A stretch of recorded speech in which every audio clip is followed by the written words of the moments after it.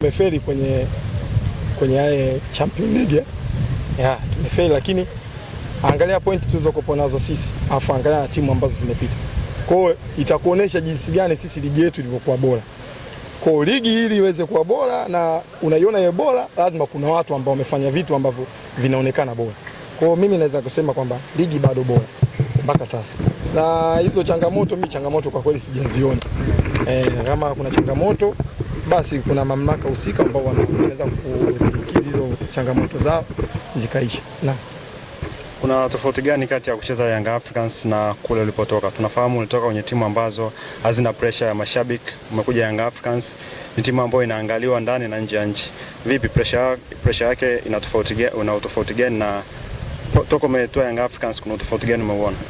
Kwanza swali lako afadhali umeniuliza hilo alafu na umejijibu mwenyewe. Wao timu iliyokuepo haina mashabiki wengi iliyokuepo hapo mwanzo. Sasa hivi ni timu ambayo ina mashabiki wengi. Pressure ni kubwa. Yaani pressure ni kiujumla ni kubwa.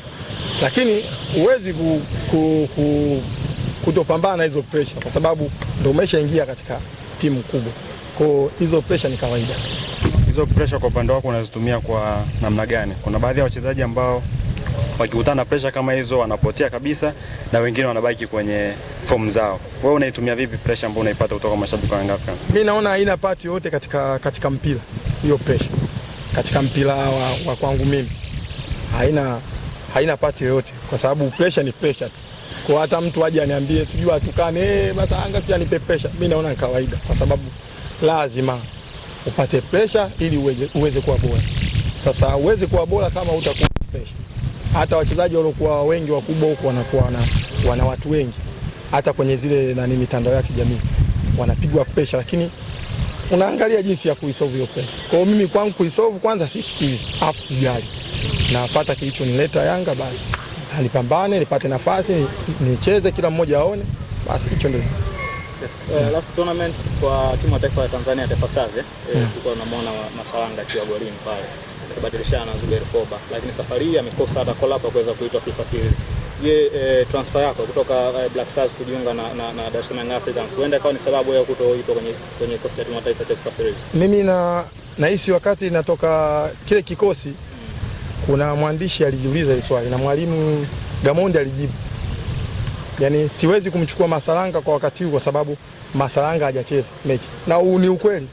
Mimi toka nimeingia Yanga nimecheza mechi moja FA na Polisi hapo. Basi mimi mwalimu alivyoongea vile tu hata mimi moyo wangu mwenyewe kafanya alhamdulillah. Ina maana mwalimu alishajibu kila kitu. Naam. Kwa upande wa Masalanga anamwangalia nani kwenye career yake ya soka? Yaani kila mchezaji waga ana mtu ambaye amemtazamia. Sasa wewe kabla ya kuingia kwenye career ya goalkeeper na hivi sasa unajulikana Tanzania nzima, ulikuwa unamwangalia nani na hivi sasa nani ambaye ni role model wako kama picha yako ya kuiangalia? Then kwanza wakati naingia kwenye mpira mimi nilikuwa beki wakati. Nilikuwa na butua mie. Mimi nilikuwa na butua sana. Lakini nilikuwa napenda tu jinsi wachezaji wa zamani mabeki walivyokuwa wanacheza. Lakini kuna watu au mtu aliyokuja akanibadilisha hiyo namba. Na wewe unapendeza kucheza goalkeeper. Kwa hiyo nikawa niko. Tunaweza tukamfahamu huyo mtu kidogo. Ni mwalimu mmoja alikuwa anaitwa Mwalimu Kakolanya. Alikuwa atoki hapa Tanzania lakini bado yuko Tanzania lakini sio Mtanzania.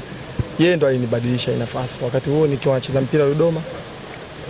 Kwenye level ya beki wa kati, beki wa pembeni? Beki wa kati. Ulifika kwenye level gani ya football?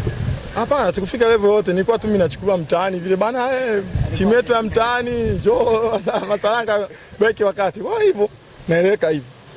Na mpaka naondoka pale Dodoma nilikuwa bado niko beki wa kati. Lakini sasa mwalimu alinishauri baada ya kuondoka ndo nikaenda Morogoro. Kids pale anasema usicheze beki tena. Cheza goalkeeper. Mkorofi wa nini? Hiyo sasa sio hiyo tena unaniuliza tena mimi mhusika unaniuliza tena mhusika mwenyewe. Hao ndio watakuwa waulize hao huko. Mimi sio mkorofi, yani sio mkorofi mchangamfu. Mimi napenda sana. Mimi napenda kufly. Yaani wewe hata ukinichukia kufanya nini lakini mimi napenda kufly mwenzi. Huyo ndo mwenyewe. Ndio silaha yangu kubwa. Na Masalanga, turudi kwenye lifestyle. Ni mtu wa namna gani? Mtu mmoja ambaye kwanza namwamini Mwenyezi Mungu. Na nampenda kila mtu ambaye ananisupport na yule ambaye hata anisupport. Pia nampenda. Na ni mtu mmoja ambaye Nipo tu wa kawaida, yani simlingii mtu wala ukuti nikimdharau mtu siwezi. Ukiona nimekudharau ujue kuna kitu ambacho umefanya mpaka mimi nimekudharau. Na turudi ni namna gani unaweza kuenda pressure ukiwa na forward 1v1 na ni kitu hasa ambacho kinapiga akili mara ya kwanza ni kusave tu, yani usiingie golini. Yani hata mimi nikisevia kisikio nimesha save. Wewe utajua mwenye lile golikipa eti alidaki na mwenye golikipa kudaka. Mimi kusave tu, yani usiingie golini, si ndio hivyo? Ili golikipa uwe mzuri, yani haujalishi. Haujalishi kwamba ile golikipa yani wewe ni kusave. Hata mpira ukigonga hapo ukatoka nje, mimi nimesave. Uwezo mkubwa kwa Masaranga kurusha mpira kwa mikono. Uwezo huu. Afu mimi nashangaa sana kuniambia kwamba na uwezo wa kurusha. Mimi naona sina uwezo wa kurusha. Sasa hivi nimepungua kidogo. Lakini zamani ndo nilikuwa narusha sana.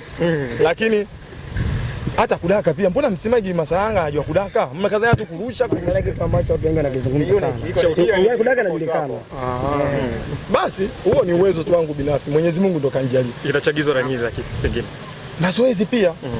Yani mimi bwana nilikuwa na story moja nilikuwaga nacheza mashindano ya Copa Cola yalinikata.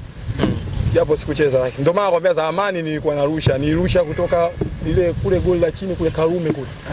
Mpaka huku kulikagonga bati iliyoandikwa TFF. Ndio hapo wakanitoa, wanaambia huyu mkubwa wewe. Kumbe wala ilikuwa nani? Ndio yani zamani ndio nilikuwa narusha sana, lakini sasa hivi nimepunguza sababu sijui labda umri unaenda, sijajua. Masaranga mchezaji gani huwa anawahi sana mazoezi? Masaranga.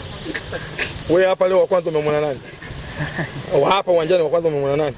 Mimi lazima niwahi. Anachelewa. Anachelewa? Baka. Subiri hapo. Si utamuona yuko wapi Baka? Unamuona Baka? Yuko wapi? Yule amefika muda mrefu. Sawa, kumbe umeona sasa amefika muda wa kufika saa ngapi? Saa 9. Sasa hivi angalia saa yako, dakika ngapi amefika? Huyo ndo Baka. Kitu gani huwa unafurahi sana ukiwa mazoezini? Nafurahi sana mazoezi. Kwanza mazoezi ambayo yanatolewa. Unajua huko tofauti na huko nilipotoka. Huko mazoezi sio masiara huko. Huko ndo yamezidi sana. Huko wamezidi kwa sababu una level jinsi ile. Sababu hizi timu kubwa hizi lazima upate ushindi. Yaani unafanya mazoezi yani yana pia ya ziada. Kwa hivyo mpaka kufika sasa Masaranga yupo kwenye uzi wa wananchi. Ni tukio gani ambao wanasema kwenye kare yangu ya soka mpaka kufika sasa hivi siwezi kulisahau? Baya au zuri? Tuanze na zuri. Kwanza kufikisha timu ya taifa. Yaani nimevunja rekodi. Nyie si mnaona kawaida huko, mimi huko Morocco nimevunja rekodi. Sasa kama nyie mtajua wenyewe rekodi gani mkatafute sasa. Mimi mwenyewe Morocco nimevunja rekodi. Kwanza hiyo ndo kitu ambacho kimenifanya nimefurahi sana. Kitu kibaya. Watu wabaya sana. Basi watu wanaongea watu vibaya. Kitu kinakata. Kuna mtu mmoja aliongelea, sio jambo zuri kuongea kwenye media, lakini Mungu anapanga kila kitu. Na hata juzi wakati narudi kambini nilikatiwa tiketi na ndege na Yanga, nikakutana naye kwenye ndege. Ni kiongozi mkubwa, alinichafua, sikupenda. Hilo tukio ndo nalikumbuka mpaka naenda kaburini. Nitalikumbuka. Msamehe. Nikiwa naliongelea kidini kwetu sisi, ukiwa naliongelea mara kwa mara. Unakuwa bado hujamsamehe, si ndio? Ndio. Lakini hapo sijui nisemaje, lakini ni tukio ambalo sio zuri na siwezi kulifuta kwenye kumbukumbu yangu. Yaani hata aje nani? Yaani katika tukio langu hata utanifuta yote, lakini hiyo haliwezi kuondoka. Masaranga. Sisi waandishi wa habari wa michezo kuna wingi sana wa taarifa mitandaoni. Wewe unapata muda kupitia comment za wana michezo au wachambuzi na zinawaathiri kiasi gani? Zamani bana unauliza swali zuri bana. Sikutegemea kama unaweza kuuliza hivi. Zamani nilikuwa nasoma. Hapo zamani kidogo nilikuwa kama miezi miwili mitatu nilikuwa nasoma comment hizi. Lakini sasa hivi sisomi kwa sababu nimejua kwamba unapozisoma hizi comment zinakuweka katika hali gani, kwa sababu hali hiyo nimepitia.